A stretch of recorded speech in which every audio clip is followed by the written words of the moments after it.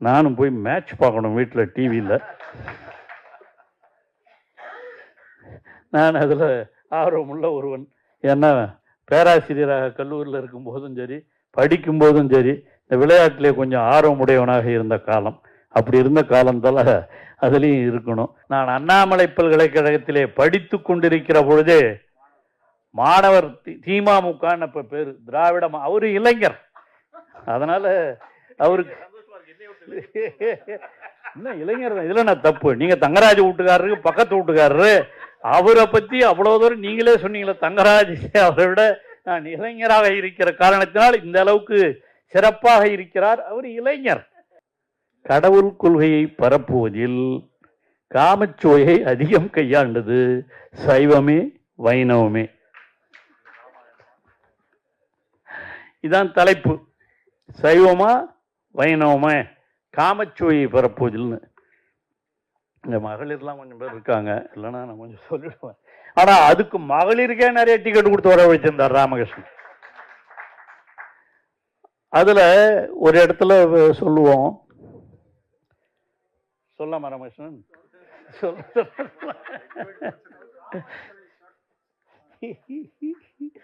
அதில் சொல்லுவோம், ஒருத்தன் தப்பா நினச்சிக்காதீங்க மகளிர், ஒரு விலை மாதவியின் வீட்டுக்கு ஒருத்தன் போகிறான்.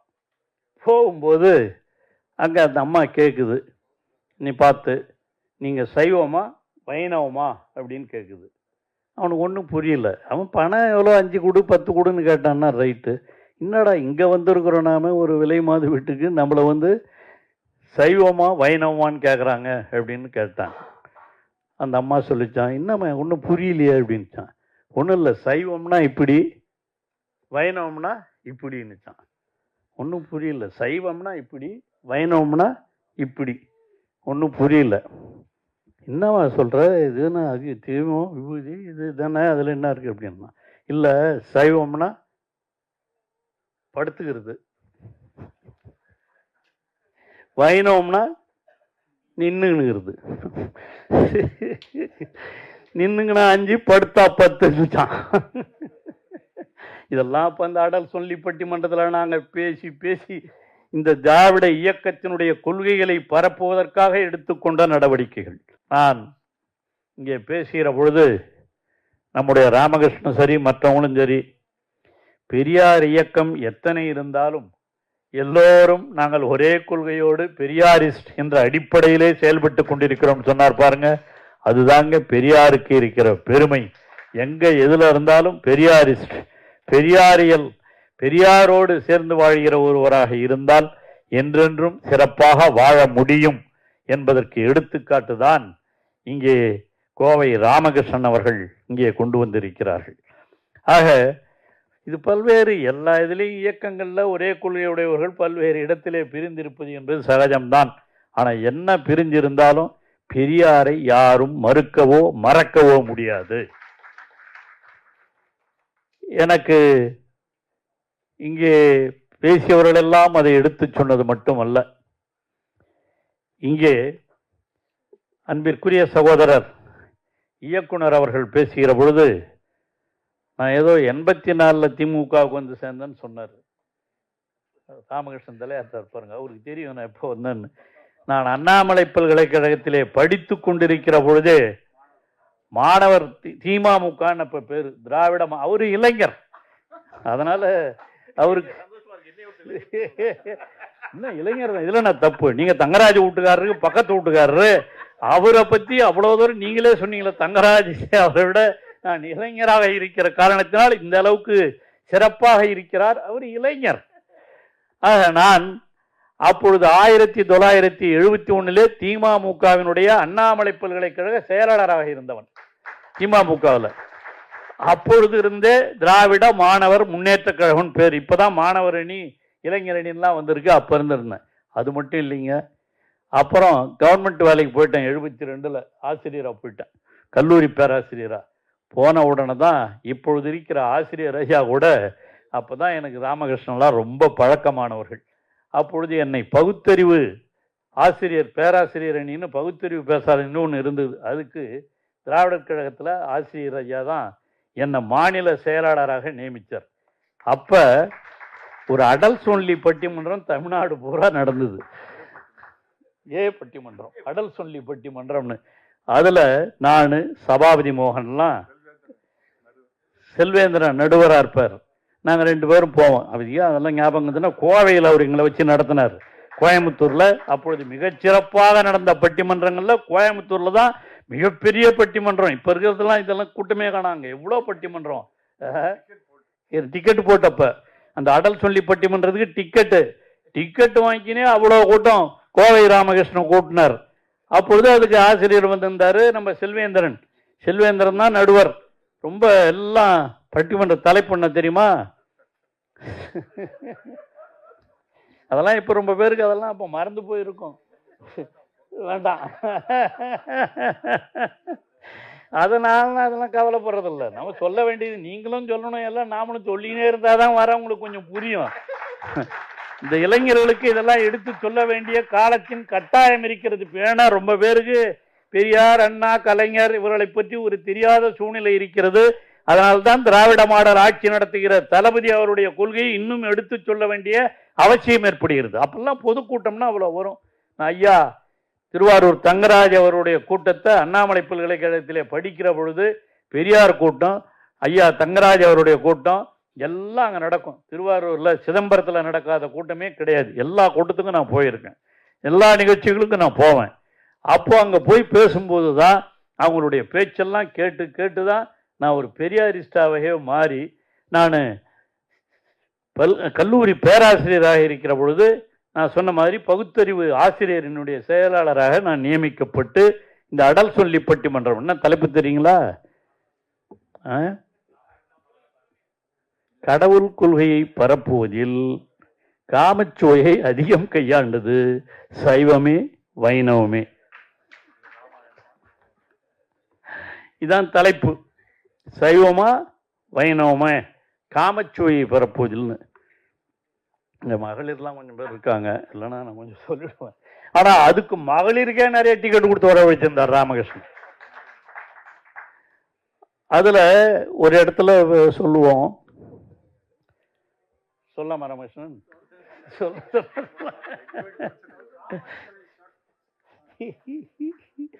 அதுல சொல்லுவோம், ஒருத்தன் தப்பா நினைச்சுக்காதீங்க மகளிர், ஒரு விலை மாதவியின் வீட்டுக்கு ஒருத்தன் போறான்.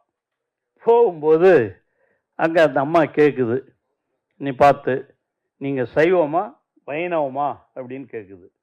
அவனுக்கு ஒன்றும் புரியல. அவன் பணம் எவ்வளோ 5 கொடு 10 கொடுன்னு கேட்டான்னா ரைட்டு. என்னடா இங்கே வந்திருக்கிறோம் நாம ஒரு விலை மாத வீட்டுக்கு, நம்மளை சைவமா வைணவமான்னு கேட்குறாங்க அப்படின்னு கேட்டான். அந்த அம்மா சொல்லிச்சான், என்னம்மா ஒன்றும் புரியலையே அப்படின்ச்சான். ஒன்றும் இல்லை, சைவம்னா இப்படி வைணவம்னா இப்படின்னுச்சான். ஒன்றும் புரியல. சைவம்னா இப்படி, வைணவம்னா இப்படி. ஒன்றும் புரியல. என்னவா சொல்கிற, இதுன்னா அது தெய்வம் விபூதி இது தானே, அதில் என்ன இருக்குது அப்படின்னா, இல்லை சைவம்னா படுத்துக்கிறது, வைணவம்னா நின்னுங்கிறது. நின்னுங்கன்னா 5 படுத்தா 10. இதெல்லாம் இப்போ இந்த அடல் சொல்லி பட்டிமன்றத்தில் நாங்கள் பேசி இந்த திராவிட இயக்கத்தினுடைய கொள்கைகளை பரப்புவதற்காக எடுத்துக்கொண்ட நடவடிக்கைகள். அப்போ இதுக்கு நான் சொன்ன மாதிரி ராமகிருஷ்ணன் இதுக்கு டிக்கெட்டு போட்டு அங்கே நடத்தினார் பாருங்க. அதையெல்லாம் என்னுடைய வாழ்நாளில் மறக்க முடியாத நிகழ்வுகள். அந்த மாதிரி திருவாரூராரை பொறுத்தவரையில் தங்கராஜ் திருவாரூர்னாவே அந்த ஊருக்கு ஒரு பெரிய மரியாதை. தலைவர் கலைஞர், திருவாரூர் கலைஞர், திருவாரூர் தங்கராசு, அந்த மாதிரி இன்னைக்கு இருக்கிற தளபதி மு.க. ஸ்டாலின் அவர்களாக இருந்தாலும், அதற்கடுத்து துணை முதல்வராக இருக்க உதயநிதியா இருந்தாலும், எல்லாம் திருவாரூர்ல இருந்து அதனுடைய ரத்தம் தான். எல்லாரும் பெரியாரிஸ்டாக இருந்து கொண்டிருக்கிறார்கள் என்பதை யாரும் மறுக்க முடியாது. அப்படி ஒரு திருவாரூர் தங்கராசு. அவரு கலைஞர் எழுதிய கதை வசனம் பராசக்தி, அதுல ஒரு வசனம், அப்பதான் முத இந்த சினிமாவிலாம் அப்பெல்லாம் இந்த மாதிரி இயக்கங்களில் கொள்கையை பரப்புறதே ரொம்ப ஜாடமாடியா பரப்ப வேண்டிய ஒரு காலம் இருந்த காலம். அப்பெல்லாம் பரப்பவே விடமாட்டாங்க. பராசக்தியில் ஒரு வசனம் வரும், கோயில் கூடாது என்பதல்ல, கோயில் கொடியவர்களின் கூடாரமாகிவிடக் கூடாது என்பதற்காக கலைஞர் எழுதினார். இப்போ அதைத்தான் ரத்த கண்ணீர்லையும் நம்முடைய திருவாரூர் தங்கராஜ் அவர்கள் மிக சிறப்பாக இங்கே பிரமாதமாக அவர் நம்முடைய எல்லா வசனத்தையும் அழகாக எடுத்து சொல்லியே இங்கே போயிட்டார். இதோ இருக்காரு. ரத்த கண்ணீர் வசனத்தை இவ்வளோ சிறப்பாக அவர் சொல்றாருன்னா அதெல்லாம் காரணம் அதுதாங்க. அந்த பெரியாருடைய இயக்க உணர்வு அந்த உள்ளத்துல ஓடிக்கொண்டு இருக்கிற காரணத்தில்தான். எத்தனை சினிமா அவர் இருக்கலாம், அவர் திரைப்படத்துல கலை தான், திராவிட முன்னேற்ற கழகத்துல கலைத்துறையினுடைய செயலாளர் அவர் இருக்கார் தான். அதனுடைய அந்த காலம் எப்படி இருக்கு பாருங்க. அதையெல்லாம் எடுத்து சொல்லுகிறோம் என்று சொன்னால், ஏன்னா ஒரு காலத்துல பொதுக்கூட்டத்தை விட இந்த திரைப்படங்களின் மூலமாக பொதுக்கூட்டமும் அப்போ நிறைய நடக்கும். இப்பெல்லாம் பொதுக்கூட்டத்துக்கு யாரும் வர்றதில்லை, சினிமா பார்க்கவும் அவ்வளோ வர்றதில்லை. அப்போல்லாம் இதெல்லாம் அது வச்சு தான் நாங்கள்லாம் அரசியலுக்கு வந்தவங்க. பொதுக்கூட்டத்தை கேட்டுட்டு தான் பெரியார் பேசினதை கேட்டு சிதம்பரத்தில் ஒன்று பெரியார் பேசிகிட்டு இருந்தார் ஒரு தடவை. இந்த சிதம்பரம் அந்த கோயிலுக்கு எதிரில் ஒரு கூட்டம் நடந்தது. அப்போ நானும் அந்த கூட்டத்தில் போய் உட்காந்துருக்கேன். கீழே பெரியார் பேசுகிறாரு. ஒருத்தன் ஏஞ்சி பெரியார் எப்பயுமே என்ன பண்ணுவார், பேசும்போது யாருன்னா கேள்விக்காரன் தான் கேளுங்கன்னு அலோவ் பண்ணுவார். அப்போ ஒருத்தன் எழுந்துச்சு கேட்டான். நான் கோயிலில் இங்கேருந்து கேட்குறேன், இந்த நடராஜர் இப்போ வந்துட்டாருன்னா என்ன பண்ணுவீங்க, இந்த நடராஜர் சாமி இங்கே வந்துடுச்சுன்னா நீங்கள் என்ன பண்ணுவீங்கன்னு கேட்டார். பெரியார் சொன்னார், நடராஜர் வந்துட்டாருன்னா கடவுள் இருக்கிறான்னு சொல்லிட்டு போகிறேன், எனக்கு தான் இருக்கு, வராத்தால தான் நான் கேட்டுங்கிறேன், கடவுள் இல்லைன்னு சொல்கிறேன் அப்படின்னு சொன்னவர் தந்தை பெரியார். ஏன்னா பெரியார் மாதிரி கூட்டத்தில் இருக்கவனை கேள்வி கேட்க வச்சு பதில் சொல்லுகிற திறமை அப்பொழுது எந்த பேச்சாளருக்கும் இல்லை. அப்படி பேசியவர் பெரியார்.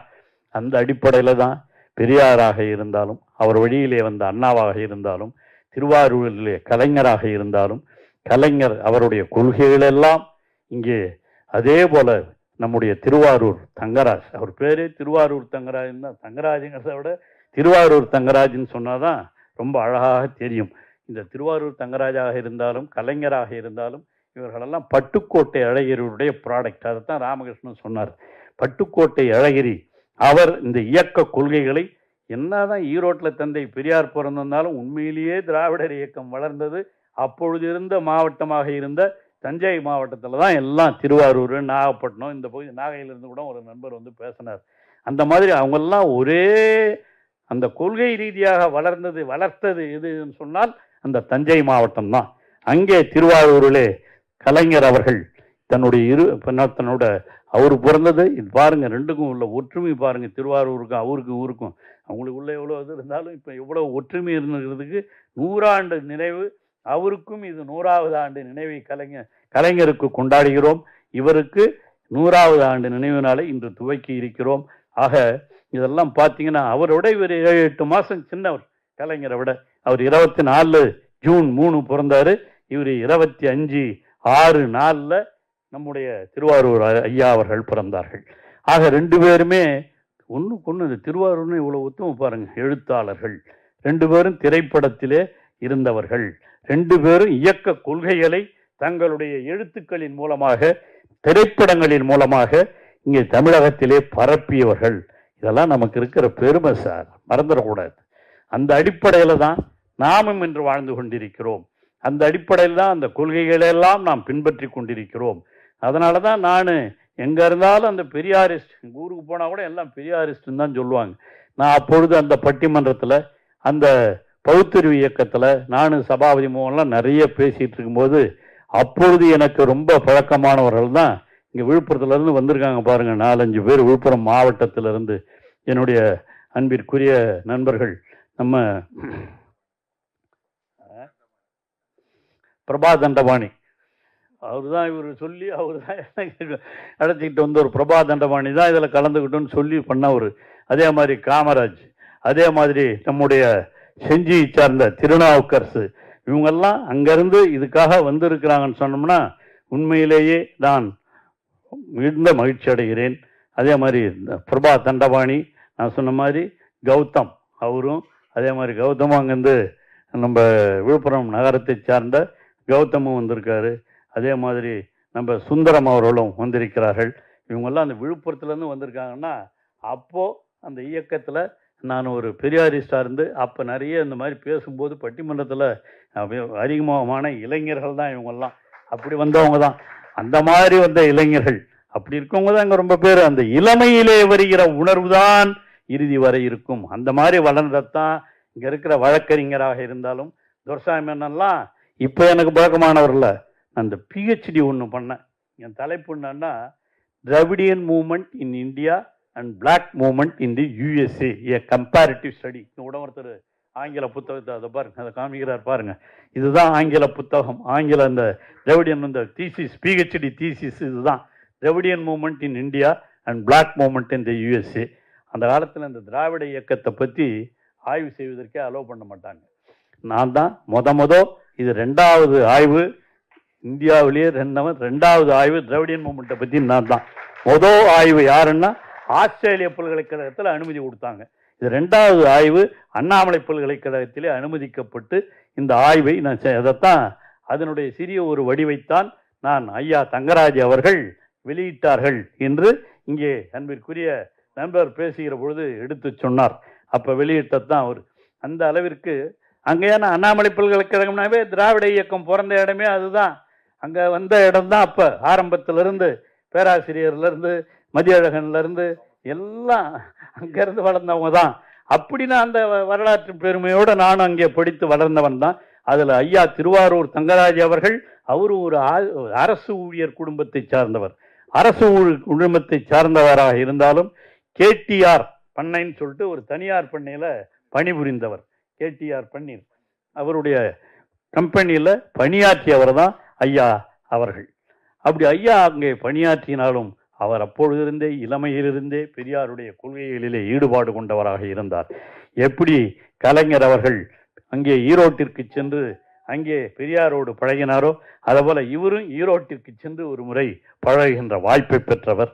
அது மட்டுமல்ல, கலைஞர் பேச்சை கேட்டுதான் பெரியார் அந்த ஒருத்தன் படிக்கிறான் நம்ம யார் அப்படின்னு கலைஞரை கேட்டார். அந்த மாதிரிதான் திருவாரூர் தங்கராஜ் அவர்களையும் பெரியாருடைய பேச்சை கேட்டு ஒரு சிறந்த பேச்சாளர்களாக, எப்படிதான் இந்த திருவாரூர்ல அப்ப இருந்தே சின்ன வயசுல இருந்தே எப்படி பேச்சாளர்களாக, எழுத்தாளர்களாக, திரைப்பட இயக்குநர்களாக, திரைப்படத்திலே சிறந்த கதை வசனம் எழுதுபவர்களாக இருந்தார்கள் என்பதெல்லாம் எண்ணுகிற பொழுது அந்த ஊருக்கே ஒரு பெருமை, அந்த இந்த தமிழ்நாட்டிற்கே ஒரு பெருமை என்ற அடிப்படையில் தான் ஐயா தங்கராஜ் அவர்கள் நம்மை எல்லாம் வளர்த்தெடுத்திருக்கிறார்கள். அவர்கள் வழியிலே நாம் செயல்பட்டு கொண்டிருக்கிறோம். அதுதான் உண்மை. அதனால தான் நம்முடைய தளபதி என்ன சொல்றாரு, இந்த ஆட்சி திராவிட மாடல் ஆட்சி. அதாங்க எல்லாம் சொல்லிட்டாங்க. திராவிடம், பெரியாரிஸ்ட், என்ன எத்தனை பேர் பிரிஞ்சிருந்தாலும், திமுகவா இருந்தாலும் சரி, திகாவில் எத்தனை பிரிவு இருந்தாலும் சரி, எல்லாம் நமக்கெல்லாம் வழிகாட்டியாக திகழ்கிற ஒரு தலைவர் தந்தை பெரியார். அந்த பெரியார் வழியில தான் திருவாரூர் தங்கராஜ் ஐயாவாக இருந்தாலும், நம்முடைய கலைஞர் ஐயாவாக இருந்தாலும், அண்ணாவாக இருந்தாலும் எல்லோரும் அவர் வழியிலே செயல்பட்டு கொண்டிருந்தார்கள் என்பதுதான் உண்மை. அந்த வழியிலே இன்று செயல்படுத்தி கொண்டிருப்பவர் தான் தமிழ்நாட்டில் மட்டும் இல்ல, இந்தியாவையே இன்று பெரியாரை திரும்பி பார்க்கிற அளவிற்கு இன்று ஆட்சி நடத்தி கொண்டிருக்கிற ஒரு முதலமைச்சராக நம்முடைய தளபதி இருக்கிறார். இங்க கூட நண்பர்கள் பேசுகிற பொழுது ஒன்றை சுட்டி காட்டினார்கள். சனாதனத்தை பற்றி பேசினார்கள். சனாதனத்தை பற்றி நம்முடைய நண்பர்கள் எல்லாம் பேசுகிற பொழுது சனாதனத்தை இன்னைக்கு எதிர்ப்பவர்கள், அதான் ஒருத்தர் சொன்னார், பேர் சொல்லாமையே சொல்லிட்டார், யாரோ ஒருத்தர், சனாதனத்தை பற்றி இன்று எதிர்த்து பேசி நீதிமன்றத்திலேயே கேட்டாலும் எனக்கு என்ன தண்டனை கொடுத்தாலும் நான் சனாதனத்தை எதிர்க்காமல் இருக்க மாட்டேன் என்று சொல்லி ஒருவர் வந்தார்னா அவர் தான் துணை முதலமைச்சர். அது எப்படி வழி வழியா வருது பாருங்க. இன்று துணை முதலமைச்சராக இருக்கிற உதயநிதி அவர்கள் தான் சனாதனத்தை எதிர்த்து குரல் கொடுத்து வேற மாநிலத்துக்கு கோர்ட்டு கேஸ் போன்ற அளவுக்கு போயிருக்குன்னு சொன்னா அதெல்லாம் ஐயா தங்கராஜ் போன்றவர்கள், ஐயா போன்றவர்கள் பெரியார் வழியிலே காட்டிய அந்த உணர்வுகள் தான் வளர்கிற இளைஞர்களுக்கு வளர்ந்து கொண்டிருக்கிறது. அதனாலதான் இந்த ஐயா தங்கராஜ் அவர்கள் அவர் திரைப்படம் எடுத்திருக்கிறார். அவர் எடுத்த திரைப்படங்களிலே அதுவும் குறிப்பாக இந்த இங்கே பேசியவர்கள் எல்லாம் சொன்னதை போல இரத்த கண்ணீர், அதுவும் முதல்ல நாடகமாக வந்தது தான். 1944 நாடகமாக வந்து பிறகு 1949 பொங்கல் நாளில் அது ஒரு திரைப்படமாகவும் வந்தது என்று சொன்னால் அதுவும் பாருங்க, எல்லாருக்கும் ஒத்துமை, கலைஞருக்கும் இருக்கும். அவரும் நாடகம் தான் பராசக்தி, அப்புறம் திரைப்படமாக வந்தது. இவரும் நாடகம், அப்புறம் திரைப்படமாக வந்தது. இது ஏதோ நான் திமுக காரங்கிறதுனால சொல்லலை, எல்லாம் பெரியாரிஸ்டுங்கிறதுனால அந்த பெரியார் கொள்கை அந்த அடிப்படையில தான் இதெல்லாம் இருக்கிறது. அதே மாதிரிதான் நம்முடைய ஐயா அவர்கள் ஒரு நூலையும் விடுதலை சார்பாக ஒரு பதிப்பகத்தையும் உருவாக்கி அதே போல் ஐயா தங்கராஜ் அவர்கள் விடுதலை அந்த நூலையும் எழுதி ஒரு பத்திரிகையும் எழுதி வெளியிட்டு அதிலேயும் புகழ் பெற்றார். ஆகவே எழுத்துக்களின் மூலமாக, திரைப்படங்களின் மூலமாக தன்னுடைய வாழ்க்கை நெறிகளை எடுத்து சொன்னவர்தான் ஐயா தங்கராஜ் அவர்கள். அவருக்கு பக்கத்து வீட்டுக்காரர் என்னை விட அவருக்கு நிறைய தெரியும், அவரும் நிறைய சொல்லியிருக்கிறாங்க. இங்கே பேசிய ராமகிருஷ்ணன் அவர்கள் அவருடைய வரலாறு பூரா சொல்லிட்டாரு. நான் திரும்ப அதெல்லாம் சொல்லிக்கிட்டு இருந்தோம்னா உங்களுக்கும் இப்போ டைம் ஆகி போச்சு. நானும் போய் மேட்ச் பார்க்கணும் வீட்டில் டிவியில். நான் அதில் ஆர்வமுள்ள ஒருவன். ஏன்னா பேராசிரியராக கல்லூரியில் இருக்கும்போதும் சரி, படிக்கும்போதும் சரி, இந்த விளையாட்டிலே கொஞ்சம் ஆர்வமுடையவனாக இருந்த காலம். அப்படி இருந்த காலத்தால் அதுலேயும் இருக்கணும். குறிப்பாக சொல்லணும்னு சொன்னோம்னா இதெல்லாம் நீங்கள் நினச்சி பார்த்தீங்கன்னா உங்களுக்கு தெரியும். ஆக இந்த பெரியாரிஸ்ட், இந்த பெரியார் இயக்கம் என்பது ஆணும் பெண்ணும் சமம். ஒரு காலத்தில் இந்த மாதிரி ஆணும் பெண்ணும் அமர முடியுமா? முடியாது. அதைத்தான் ஐயா தங்கராஜ் அவர்களும் பெரியார் அவர்களும் கலைஞர் அவர்களும் இன்று அவர்கள் வழியிலே ஆட்சி நடத்தி கொண்டிருக்கிற தளபதி அவர்களும் இன்று புதுமை பெண் திட்டம் மூலமாக கொண்டு வந்திருக்கிறார். அதே போல தமிழ் புதல்வன் திட்டத்தின் மூலமாக கொண்டு வந்திருக்கிறார். ஆக பெண்களுக்கும் நல்ல கல்வி கற்கணும். ஒரு காலத்தில் படிக்கவே முடியாது இருந்த சூழ்நிலையை மாற்றி அமைத்தது தான் திராவிட மாடல் ஆட்சி. அதை செய்து கொண்டிருப்பது தான் தந்தை பெரியாருடைய இயக்கம். பெரியார் சொன்னதுதான் இன்று நடைபெற்று கொண்டிருக்கிறது. பெரியார் சொன்னதுதான் இன்று தமிழகத்திலே மட்டுமல்ல இந்திய அளவிலே பரப்பக்கூடிய ஒரு நிலைமையும் இன்று தமிழகத்தில் முதலமைச்சர் அவர்கள் நடத்தி கொண்டிருக்கிறார்கள். இது ஏதோ அரசியலுக்காக அல்ல. நாம் அனைவரும் பெரியவரிஸ்டுகளாக வளர வேண்டும். முதல்ல நம்ம வீட்டு பிள்ளைங்களை முதல்ல மாற்றணும். நீங்கள் அவங்கள பெரியாரிஸ்டாக வளருங்க. நானா பல பேர் அந்த மாதிரி இருக்கிறாங்க. நாம் இருப்போம், நம்ம பிள்ளைங்க மாட்டணும், அது மாட்டணும், அது மாட்டணும், ஒரு வழியாக போயிட்டு இருப்பாங்க. அந்த மாதிரி இல்லாமல் நம்ம பிள்ளைகளை, நமதுக்கு பக்கத்து இல்லத்துக்காரர்களை எல்லாம் வளர்க்க வேண்டும். காமராஜ் அப்போ நான் இருக்கும்போது எங்கள் ஊருக்காரரு அவரும் அந்த மாதிரி தான் ரொம்ப திராவிடர் இயக்கத்தில் இருந்தார். இப்போ பார்த்தீங்கன்னா அவரே இங்கெல்லாம் போய் வராரு கோயிலுக்கெல்லாம். நானே கேட்டேன், என்னயா அண்ணா அது என்ன அப்படின்ட்டு போடுவார். அந்த மாதிரிலாம் இருக்கிறத விட எப்பொழுதும் எந்த கொள்கையை பிடித்தோமோ அந்த கொள்கையோடு இருப்பவன் தான் பெரியாரிஸ்ட். அதுதான் நாம் திருவாரூர் ஐயா தங்கராஜ் அவரிடமிருந்து கற்றுக்கொள்ள வேண்டிய ஒன்று.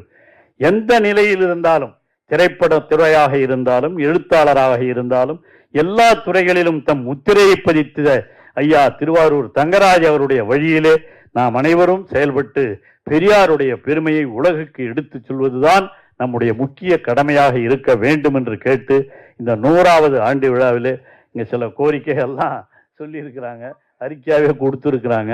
அவங்க முதலமைச்சர்கிட்ட சொல்லட்டும், நானும் முதலமைச்சரிடம். ஏன்னா இன்னைக்கு முதலமைச்சரை போல இந்த இயக்கத்திற்காக பெரியாருடைய கொள்கைகளுக்காக செயல்படக்கூடியவர்கள் யாரும் இல்லை. அந்த அடிப்படையிலே ஐயா தங்கராஜ் அவர்களுக்கும் அவருடைய நினைவை போற்றுகின்ற வகையில் சில அறிவிப்புகளை எல்லாம் அவர்கள் கேட்டிருக்கிறார்கள். அதையெல்லாம் முதல்வரிடம் அவர்கள் சென்று கொடுத்து நிச்சயமாக முதல்வர் இது போன்ற கொள்கைகளை நிச்சயமாக செய்து கொடுப்பார் என்ற உணர்வோடு அவர்களுக்கும் நன்றி சொல்லிக் கொள்கிறேன். நான் முதல்ல சொல்லிட்டேங்க, பெரியாருடைய பெயரிலே எத்தனை பேர் இருந்தாலும் நான் சொன்ன மாதிரி நம்முடைய ஆசிரியர் ஐயா தான் என்னை இந்த திராவிட இயக்கத்தில் பெரியார் கொள்கையை கொண்டு வந்தவர். அப்போ ராமகிருஷ்ணன் நாங்கள்லாம் ஒரே இதில் தான் இருந்தோம். எல்லாரும் அங்கே அவர் சொன்ன மாதிரி நான் அந்த பிஹெச்டி பண்ணும்போது எனக்கெல்லாம் லைப்ரரியில் ரொம்ப உதவி செஞ்சவர் தான் வழக்கறிஞர் அவர்கள். பெரியார் நூலகத்துக்கு நான் போகும்போதெல்லாம் என் கூட இருந்து இதைப்படி அதைப்படின்னு சொன்னவர் நம்முடைய வழக்கறிஞர் அவர்கள். அவங்கெல்லாம் எனக்கு அப்போ இருந்தே பழக்கமானவர்கள். பிஹெச்டி பண்ணும்போது பெரியார் சேனா அது இயக்கமே கொள்கையாக தானே பெரியாருக்கு. அதுக்கு நான் ஒரே ஒரு இதை மட்டும் சொல்லி நான் நிறைவு செய்ய விரும்புகிறேன். பெரியாரிஸ்ட் திராவிடியன் மூமெண்ட் ரெண்டு, Dravidian movement and black movement, கருப்பர் இயக்கமும் திராவிடர் இயக்கமும். ஏன் இந்த கம்பேரிசன்? என் கைடு ஒருத்தர் இருந்தார் பாஸ்கரன் சொல்லிட்டு, அவர் ரெகுலர் கோயிலுக்கு போகிறவர், ரெகுலராக கோயிலுக்கு. அண்ணா சிதம்பரத்தில் நான் அந்த பிஹெச்டி பண்ணும்போது இல்லை, நான் ப்ரொஃபஸராக கல்லூரியில் பிஏ எம்ஏ படிக்கும்போதே எனக்கு வாத்தியாராக இருந்தவர். அவர் போவாத கோயிலுக்கு போவாத நாளே இருக்காது. எது எப்படி இருந்தாலும் அன்னையிலேருந்து இன்னை வரல தினம் கோயிலுக்கு போவார். அவர் என்ன சொன்னார் என்கிட்ட, நான் பிஹெச்டி, நான் எஃப்ஐபின்னு அப்போ ஒரு ப்ரோக்ராம் இருந்தது, சம்பளத்தோடு நான் போய் இப்போ கல்லூரியில் பேராசிரியர் இருக்கும்போது அகில இந்திய அளவில் நான் தேர்வு பெற்று அதில் பேராசிரியர் சம்பளத்தோடு போய் பிஹெச்டி பண்ணலாம். 82 தான் பிஹெச்டிக்கு போனேன். 71 எம்ஏ முடிச்சிருந்தாலும் 14 வருஷம் காலேஜில் ப்ரொஃபஸராக இருந்துட்டு, அப்போ அகில இந்திய அளவில் கல்லூரி பேராசிரியர்களுக்கு ஒரு போட்டி நடந்து அந்த போட்டியில் நான் யூனிவர்சிட்டியில் ஃபர்ஸ்ட் ரேங்க் வாங்கியிருந்ததுனால நான் தேர்ந்தெடுக்கப்பட்டு நான் போன உடனே பாஸ்கரன் அவர் சொன்னார், நீ படிக்கும்போதே பெரியாரிஸ்டியா, நீ பெரியார் கொள்கை பார்த்துன்னு இருந்தவன், திமுக இருந்தவன், நீ ரிசர்ச் பண்ணும்போது அவர் அமெரிக்காவுக்கு போய் பிஹெச்டி வாங்கிட்டு வந்தவர், அந்த பாஸ்கரங்கிற என் கைடு. அவர் சொன்னார், நீ இங்கே திராவிடியன் மூமெண்ட்டையும் அமெரிக்காவில் இருக்க கருப்பர் இயக்கத்தையும் ஒப்பிட்டு இந்த தீசிஸை செய்யின்னு சொன்னார். அப்போ தான் சரிங்கன்னு சொல்லிட்டு அவர் சொன்ன பிறகு தான் திராவிடர் இயக்கத்தை பற்றி அப்பொழுது பிஹெச்டின்னா ரொம்ப பேருக்கு தெரியும், அதில் என்னென்னா எல்லாத்தையும் படித்து என்ன சொல்லிக்கிறதெல்லாம் கேட்டு எழுதணும். அந்த மாதிரி அந்த பிஹெச்டி பண்ணும்போது பெரியாரை பற்றி எல்லாம் தெரிஞ்சுக்கிறாங்க. இந்த நூலகத்தில் தான் வந்து நம்ம பெரியார் இதில் நூலகத்தில் தான் வந்து ஆசிரியர் ஐயா ராமகிருஷ்ணன் இந்த மாதிரி நம்ம வழக்கறிஞர் தான் அப்போ அடிக்கடி நம்மளை பார்க்கக்கூடிய வாய்ப்பு எனக்கு கிடைச்சிது. இவங்களெல்லாம் டிஸ்கஸ் பண்ணி தான் பெரியார் இந்த பெரிய ரெண்டுக்கும் என்ன வித்தியாசம்னா, இந்த திராவிடியன் மூமெண்ட்டுங்கிறது சாதி அடிப்படையிலே மதத்தின் அடிப்படையிலே இருக்கிறவர்களை ஒருங்கிணைக்க வேண்டும் என்பது நம்ம நாட்டில் நடந்த திராவிடியன் மூமெண்ட். திராவிட இயக்கம்னா அதான் இங்கே சொன்னாங்க இல்லையா, ஆரியர்கள் அவங்கெல்லாம் எதிர்ப்பு, எல்லோரும் சமமாக இருக்க வேண்டும், ஜாதிய முறைகளை ஒழிக்க வேண்டும் என்பது. அமெரிக்காவில் என்ன இருந்ததுன்னா, இங்கே எப்படி ஜாதி இருந்ததோ அந்த மாதிரி அங்கே நிறம் இருந்தது, கருப்பர் வெள்ளையர் என்ற கருப்பர்களை இப்போ இங்கே எப்படி நம்மெல்லாம் கோயிலுக்குள்ளே விடக்கூடாதுன்னு இருந்தாலும் அந்த மாதிரி அங்கே கருப்பர்களை சர்ச்சுக்குள்ளே விட மாட்டான், அந்த மாதிரி இருந்த காலம் உண்டு. அதுதான் இந்த ரெண்டுக்கும் உள்ள ஒற்றுமை வேற்றுமைகளை எல்லாம் விலக்கி தான் இந்த தீசிஸே நான் எழுதினேன். அப்பொழுது பெரியார் அவருடைய கொள்கைகளை பற்றி எல்லாம் இதில் எழுதியிருக்கிறேன் இந்த தீசிஸில். அது ஆங்கிலத்திலே கலைஞர் அவர்கள் வெளியிட்டார்கள். ஒரு ஆண்டுக்கு முன்பு நம்முடைய தளபதி தமிழக முதலமைச்சர் அவர்கள் இதை தமிழ் மொழிபெயர்த்து நான் வெளியிடுகிற பொழுது அதையும் அவர்கள் வெளியிட்டார்கள். ஆகவே இதெல்லாம் எதுக்கு நான் சொல்லணும்னா, என்னை பற்றி பெருமைக்காக சொல்லலை, இந்த திராவிடர் இயக்கத்தின் மீது பற்று அனைவருக்கும் இருக்க வேண்டும். எதுவாக இருந்தாலும் சரி, எங்க இருந்தாலும் சரி, அந்த உணர்வு என்பது உள்ளத்திலே ஊன்ற வேண்டும். அது இளமை பருவத்திலே வந்தால்தான் அது நிலைத்து நிற்கும். ஆகவே இளைஞர்களுக்கு, மாணவர்களுக்கு, உங்கள் வீட்டு நமது வீட்டு பிள்ளைகளுக்கு அந்த உணர்வை உருவாக்குவதுதான் நம்முடைய கடமையாக இருக்க வேண்டும். அதைத்தான் ஐயா திருவாரூர் தங்கராஜ் அவருடைய 100வது ஆண்டில் நாம் உறுதிமொழி ஏற்றுக்கொண்டு அவருடைய கொள்கைகளை, பெரியாருடைய கொள்கைகளை ஐயா தங்கராஜ் அவர்கள் எப்படி மேடைகளிலே பரப்பினாரோ, எப்படி கட்டுரைகளிலே எழுதினாரோ, எப்படி திரைப்படத்தின் மூலமாக பரப்பினாரோ, அதுபோல் நாமும் அந்த கொள்கைகளை பரப்புவதற்கு உறுதி எடுத்துக் கொள்ள வேண்டும் என்று உங்களை எல்லாம் அன்போடு கேட்டு எனக்கு வாய்ப்பளித்த அன்பிற்குரிய சகோதரர் ராமகிருஷ்ணன் அவர்களுக்கு மீண்டும் என்னுடைய உளமார்ந்த நன்றியை சொல்லி நிறைவு செய்கிறேன். நன்றி, வணக்கம்.